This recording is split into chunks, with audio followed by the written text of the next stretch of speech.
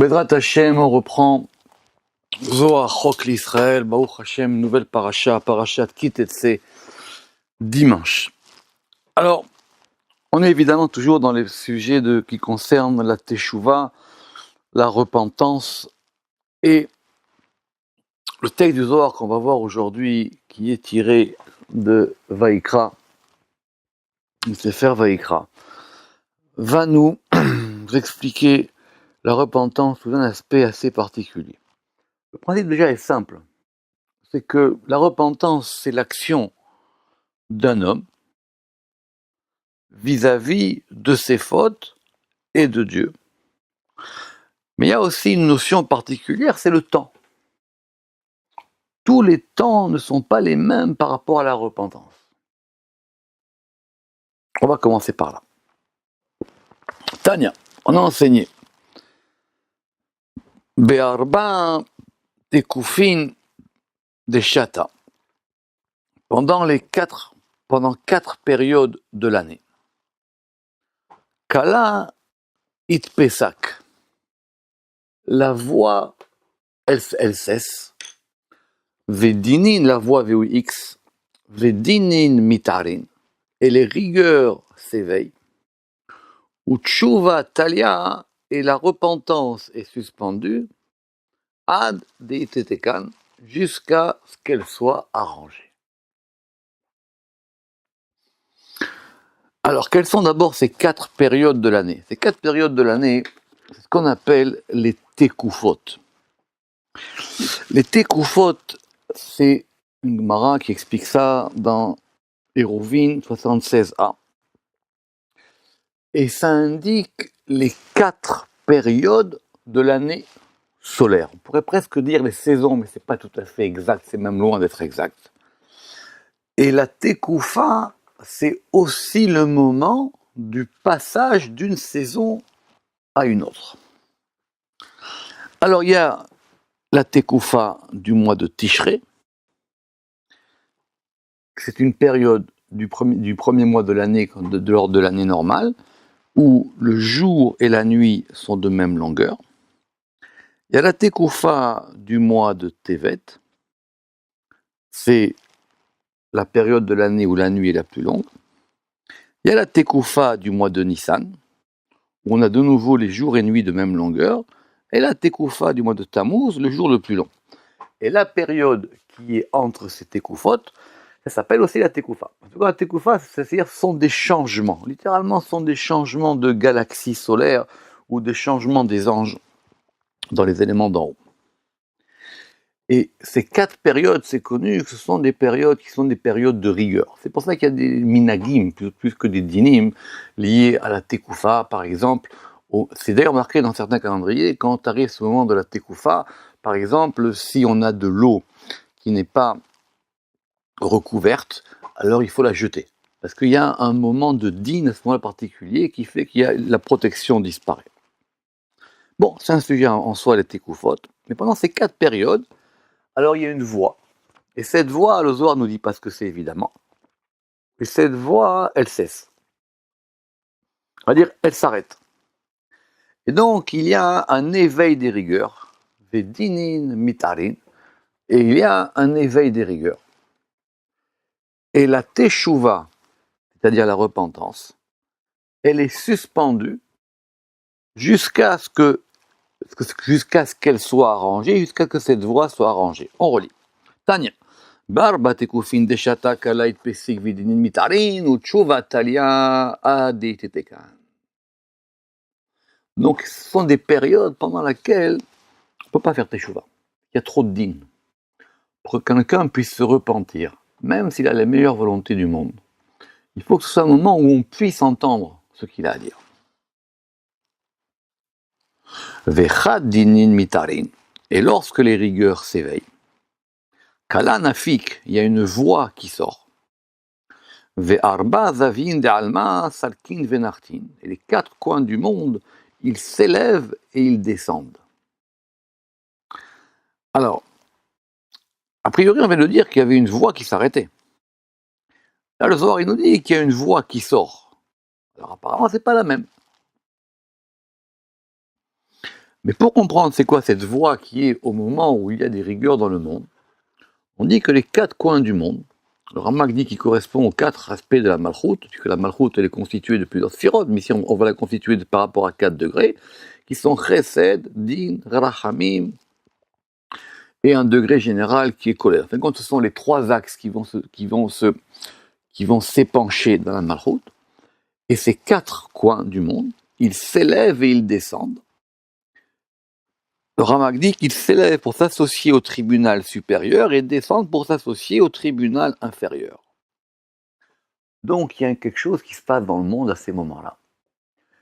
Et cette voie-là, elles vont former des tribunaux.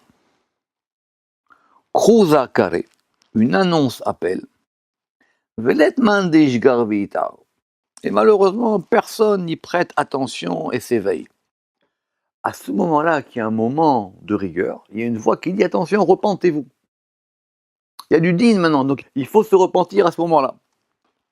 Alors le Zohar, il a dit plus haut quand même que Vetchuva Talia Aditaka, c'est-à-dire la repentance, elle est suspendue. Autrement dit, elle va dépendre de ça. Autrement dit, la repentance maintenant, c'est elle qui est suspendue. Talia, littéralement, ça veut dire qu'elle dépend jusqu'à ce que les hommes fassent teshuva. Elle dit maintenant, c'est le moment pour vous de vous repentir.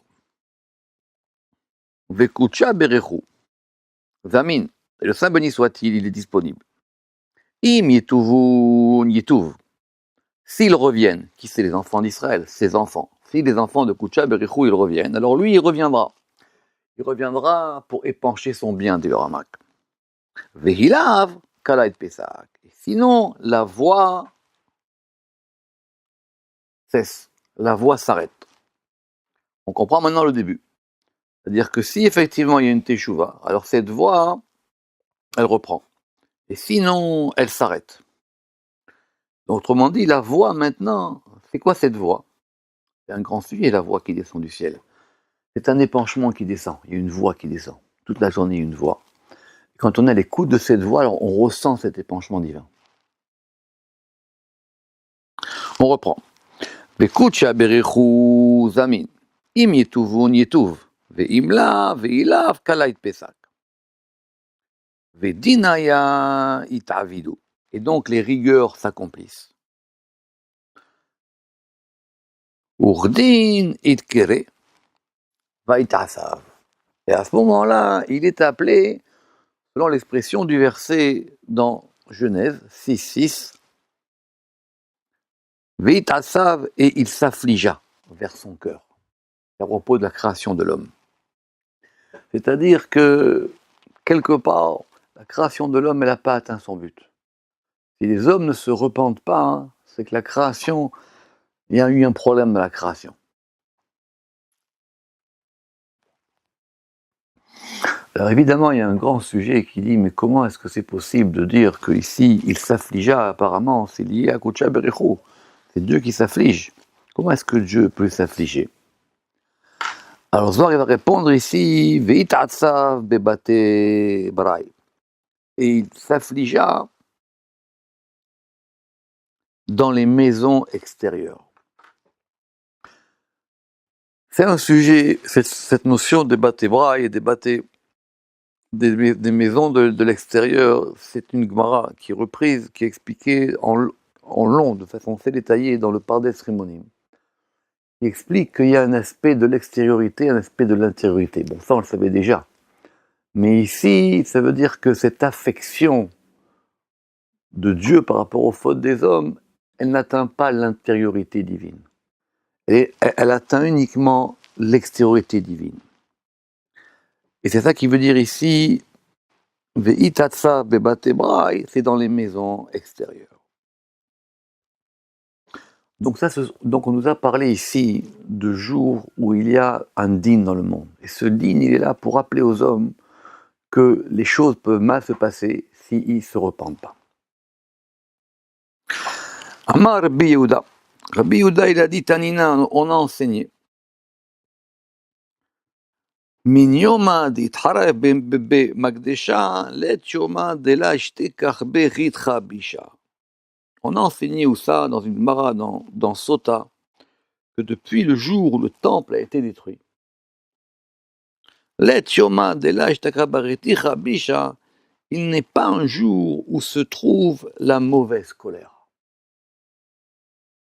Alors évidemment, la destruction du temple, c'est un grand manquement pour le monde, et pour les influx, et pour les mondes, et pour les hommes. Et la Gemara, elle dit que depuis ce jour-là, on verra plus tard qu'il n'y a pas un jour où il n'y a pas une malédiction dans le monde. Simplement, le Zohar, il n'a pas dit exactement le même terme de « il n'est pas un jour sans malédiction ». Le Zohar, il a dit « il n'est pas un jour où se trouve la mauvaise colère ». Pourquoi la mauvaise colère? Parce qu'évidemment, il y a une bonne colère. Donc il y a une bonne colère, il y a une mauvaise colère. Première question. Deuxième question, si vous avez le texte devant vous et que vous pouvez y réfléchir, le Ramak, il dit « mais qu'est-ce qui va ramener Rabbi Yehuda ?» Il dit que Rabbi Yehuda, il ramène par rapport à ce qui a été dit précédemment, que donc précédemment, on a dit que c'était simplement pendant ces 4 tekoufot, pendant ces 4 périodes. Alors il dit non, c'est pas simplement ces 4 périodes, parce que depuis que le temple a été détruit, c'est tout le temps. Parce qu'à cause de la destruction du temple, on a perdu le yichud, on a perdu l'unité des mondes. Maïtama. Alors il dit, mais comment? Pourquoi est-ce que c'est comme ça? Quelle en est la raison? Mishum detaninan, parce qu'on a enseigné. Amar Rabbi Yehuda et Amar Rabbi Yessa. Rabbi Yehuda, il a dit au nom de Rabbi Yessa, Nishba Kadosh Baruch Hu shelo yikanev b'Yerushalayim d'Ela עד שיתכנסו ישראל בירושלים דלתתא. Rabbi Yehuda, il a dit au nom de Rabbi Yessa, c'est un midrash, Tanchuma dans Pekoudé. Le Saint béni soit-il, il a juré qu'il n'entrerait pas dans la Jérusalem d'en haut avant qu'Israël n'entre dans la Jérusalem d'en bas. Alors c'est un texte très connu. Pas bien que la citation soit assez difficile, parce qu'elle n'apparaît pas quand même plusieurs fois. Il y a une Jérusalem d'en haut et il y a une Jérusalem d'en bas. La fameuse Jérusalem terrestre et la fameuse Jérusalem céleste. Mais depuis que le temple a été détruit, Koucha Berechou, il a juré, il a fait un serment. Tant que vous ne rentrerez pas dans la Jérusalem d'en bas, moi, je ne rentrerai pas dans la Jérusalem d'en haut. Ça veut dire quoi cette histoire? Ça veut dire que l'exil, il est à la fois en haut et en bas. L'exil d'en haut, c'est que le Saint béni soit-il, il a aussi quitté la Jérusalem d'en haut. L'exil d'en bas, c'est qu'Israël aussi a aussi quitté la Jérusalem d'en bas. Même le temple n'a pas été reconstruit.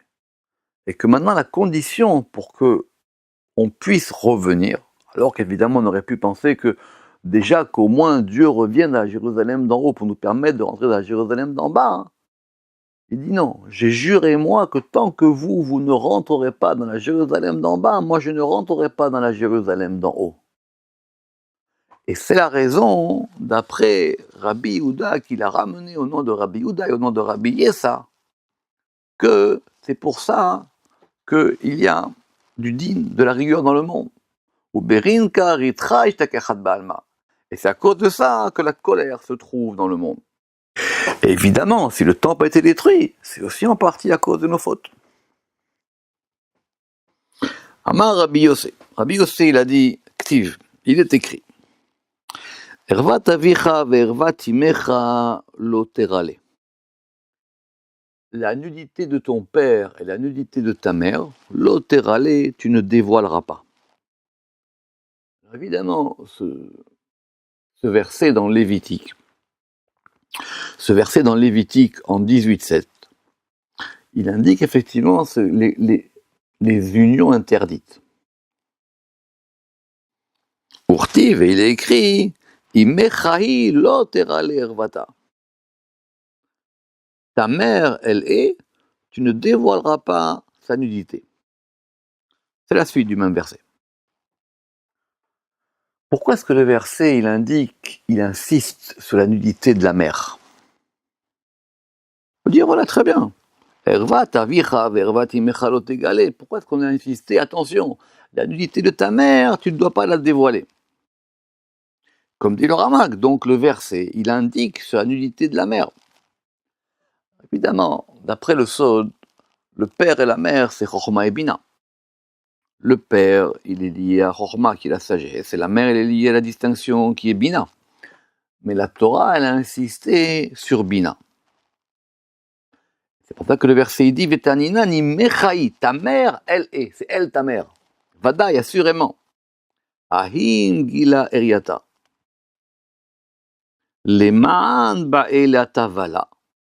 Vadaï le takna maïderale. Mais s'il a dévoilé sa nudité, vers qui doit-il la ramener? Alors pour comprendre ce soir, la question d'abord. L'union de Chorma et Bina, en fin de compte, c'est le fait que la connaissance et la sagesse, la distinction et la sagesse soient liées. Pas que d'un côté, il y a des gens qui sont sages, de l'autre côté, il y a des gens qui sont intelligents ou qui distinguent. Que les deux doivent être ensemble. C'est que l'influx divin, il fait que doivent être mêlés. Et la chorma, c'est quoi la chorma? La chorma, c'est un influx qu'on reçoit.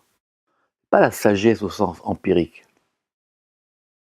C'est pour ça qu'on dit que le chacham, que le sage, il est préférable au prophète. Parce qu'il a une perception plus haute. Parce qu'il reçoit tout le temps, dit le Zohar. Alors que le prophète, lui, il reçoit uniquement de temps en temps. Maintenant, quand on a séparé ces deux aspects, et par les fautes, on a fait que tout d'un coup, la Bina, la mère, elle se trouve nue. Parce qu'elle ne reçoit pas l'influx de Chorma, elle ne reçoit pas l'influx qui vient du Père, qui vient de la sagesse. Alors maintenant, comment est-ce qu'on répare ça? Comment est-ce qu'on répare cette chose-là? Comment est-ce que je vais pouvoir ramener cette chose-là? Les man ba'ela tavala. Vers qui doit-il la ramener? Vada et les takna maïdégale, assurément, pour arranger ce qu'il a dévoilé. Parce qu'on a du coup dévoilé quelque chose qui aurait dû rester caché. Le rapport entre les deux, il aurait dû avoir une union. Cette union, personne n'aurait dû s'immiscer dans cette union. On ne s'immisce pas entre le père et la mère. Le Rama qui dit comme ça. Donc, ce qui est lié à la mère, distinction, c'est le fait de ramener les choses. C'est ça qu'on va appeler la repentance. Et cette repentance, c'est ramener la Bina, qui a été séparée, pour la ramener vers le Père, vers Chorma. Parce que le dévoilement de la mère va la séparer du Père. C'est très bien, mais tout ça maintenant, quel rapport avec le sens simple du verset qui parlait que c'était simplement une nudité physique, corporelle? On dit au contraire, des Tanya, parce qu'on a enseigné. Kat sagia yetzara bishab bebarnash. Lorsque le mauvais penchant augmentant l'homme, la sagi est là beinunerian. Il n'augmente que par rapport à ses unions interdites. Vekule uchuvu achidan be'aou eria. Et toutes les fautes sont unies dans cette unité. Toutes les fautes, elles sont liées soit à des problèmes d'union interdite, soit, ce qui est à peu près la même chose ici, la séparation de Chochma et Bina. Urtiv lo terale, il est écrit, tu ne dévoileras pas. Kad iteknan, et lorsque cela est arrangé, iteknan la kobel a dégalé, cela est arrangé en regard de ce qui a été dévoilé.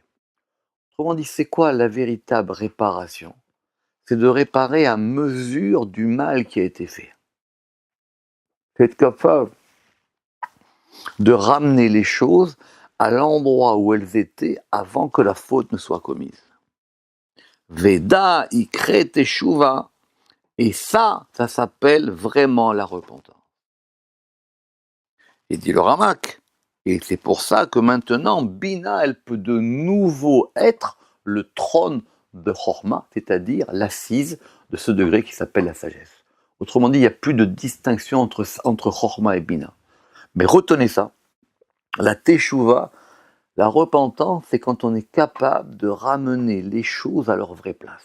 Mais c'est impossible. On ne peut pas revenir au point d'avant la faute. Eh bien, c'est ça la véritable Teshuva. C'est être capable de tout réorganiser. Amar Rabbi Yitzchak, kol chuvei alma chidan dabeda. Rabbi Yitzchak, il a dit, toutes les fautes du monde sont unies celle-ci dans celle-là. Autrement dit, toutes les fautes, elles sont enchaînées, de la faute la plus légère à la faute la plus grave. Adeimaid Galia Begineun, jusqu'à ce que l'enchaînement de toutes ces fautes, il fait que la mer va se dévoiler à cause d'elle. Le Rama qui dit, mais qu'est-ce qui va ramener ici Rabbi Yitzhak par rapport à Rabbi Yehuda, pour ceux qui ont bien lu Yitzhak par rapport à Rabbi aussi? Il dit que maintenant le processus, il est de bas en haut. C'est que d'abord, la mère, elle est éloignée de ses enfants, qui fautent, et ensuite, ça entraîne la séparation de Chorma et Bina. Autrement dit, il y a deux types de fautes. Il y a des fautes qui agissent de bas en haut, et il y a des processus qui agissent de haut en bas. Ça dépend comment on voit la chose. Mais en tout cas, à la fin, ce qui fait, c'est que ces deux degrés, qui sont les degrés importants, qui sont Chorma et Bina, ils se séparent. Vecha dit Galia. Et lorsqu'elle est dévoilée, Kol inun benin idgalian, tous ses enfants sont dévoilés. Du coup, ce manquement, il va rejaillir aussi sur les enfants. Et les enfants aussi, ils vont se retrouver nus et fragiles. Et c'est pour ça qu'il est écrit Urtiv, Lotika Haem alabanim. C'est pour ça qu'il est écrit dans le Deutéronome à propos de ce commandement assez particulier qui est le fait du nid d'oiseau, du kan sipor. Il a dit, tu ne prendras pas la mère sur les enfants. Tu ne causeras pas par tes fautes le fait que la mère, elle s'éloigne et elle ne puisse plus protéger ses enfants. Parce que cette union du père et de la mère, de Chorma et Bina, non seulement elle introduit un manque en haut, mais elle fait aussi que l'influx de la mère, elle est plus sur les enfants. La mère, elle ne peut plus être protectrice. C'est pour ça qu'il y a un problème c'est pour ça qu'on dit que la Shrina, elle part en exil. Parce qu'elle ne peut plus maintenant assurer la protection totale de tous les enfants qui sont en bas. Vecha diteknan al maletata. Maintenant, lorsque le monde il est arrangé en bas, c'est-à-dire lorsque les hommes ont arrangé le monde, et par quoi? Par leur processus de teshuva. Ad desalka tikuna leima kadisha. Jusqu'à ce que l'arrangement il puisse s'élever et monter jusqu'à la Ima Kadisha, jusqu'à la Mère Sainte, Veit Kassia Mima Deit Galia. Et maintenant, elle est arrangée, et elle est recouverte de ce qui a été dévoilé. Et donc maintenant, on a recouvert ce qui a été dévoilé. Ça, c'est ça qu'on va appeler la vraie Teshuvah. Ou Berin Kartiv, et c'est à ça qu'a fait allusion le roi David lorsqu'il a dit Ashre nesui pesha kesui chata. Heureux celui dont la transgression est pardonnée, mais littéralement elle est élevée, et lorsque la faute est recouverte. Autrement dit, c'est quand on a effacé tout ça, et qu'on est capable de recouvrir. C'est-à-dire quoi qu'on recouvre? Ça veut dire qu'on réhabille. C'est-à-dire que maintenant, c'est plus à nu. Alors ainsi, Urden, Ikre Teshuvah. Alors ça s'appelle vraiment la Teshuvah. Ça s'appelle vraiment la repentance. Teshuvah Vadaï, la repentance assurément. Oui, ça c'est la Teshuvah. C'est-à-dire qu'on a recouvert la faute, autrement dit, on a recouvert ce qui a été dévoilé. On a réhabillé ce qui était nu. On a réorganisé la chose. Et c'est pour ça qu'il y a au moins un jour dans l'année qui remplit cette fonction.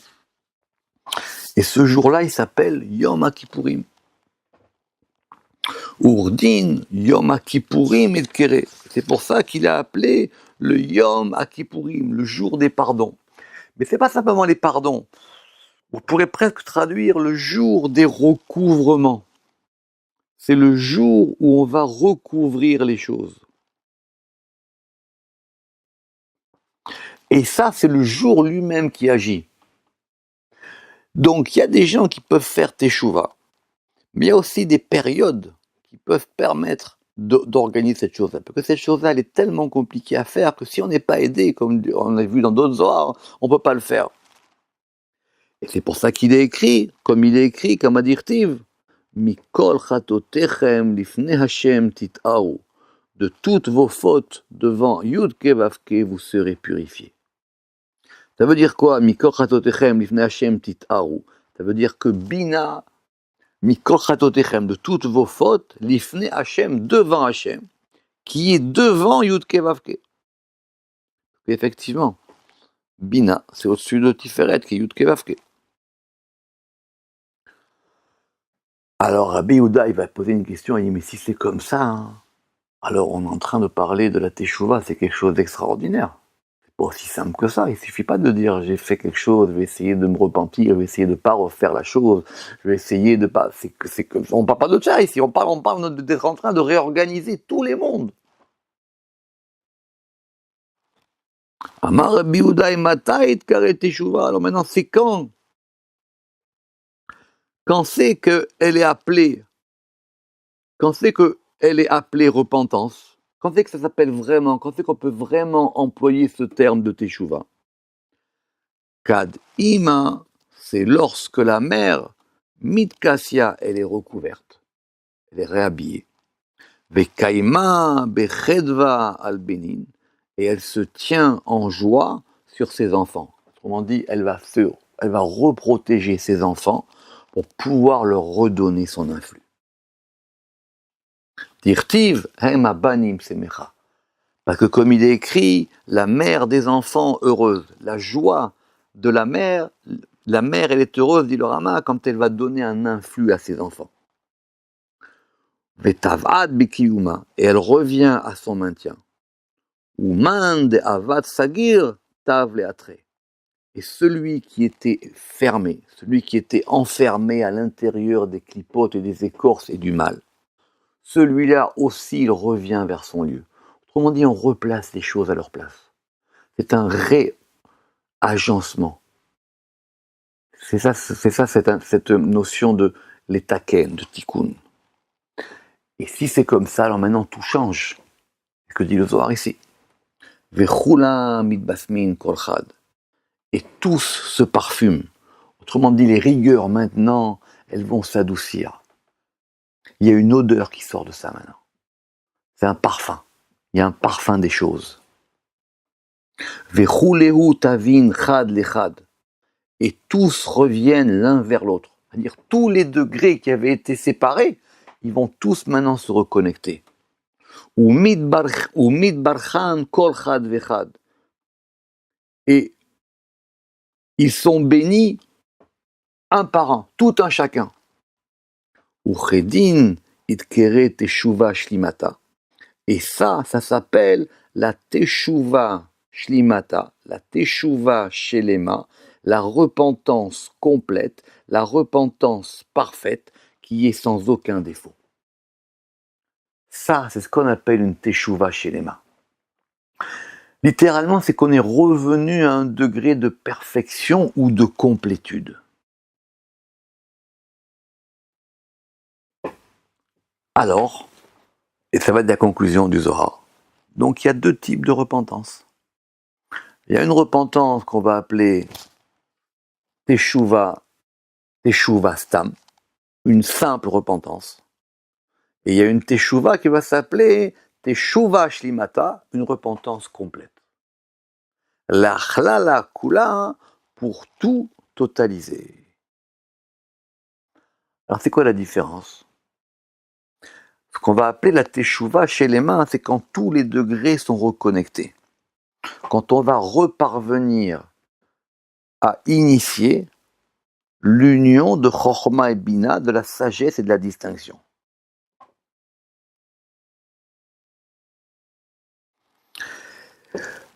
Et cette Teshuva-là, elle sera complète quand ça va donner un influx qui va permettre maintenant d'influer sur tous les degrés. Autrement dit, une Teshuva simple, c'est quand déjà on remet Chochma et Bina ensemble, ce qui est déjà pas évident. Et une Teshuva Shelema, c'est quand cet influx maintenant, il va pouvoir s'épancher vers tous les degrés, vers tous les mondes, pour tous les bénir. Qu'on soit tous zochés d'une Teshuva Shelema, Baruch Adonai Le'olam, Amen, Ve Amen.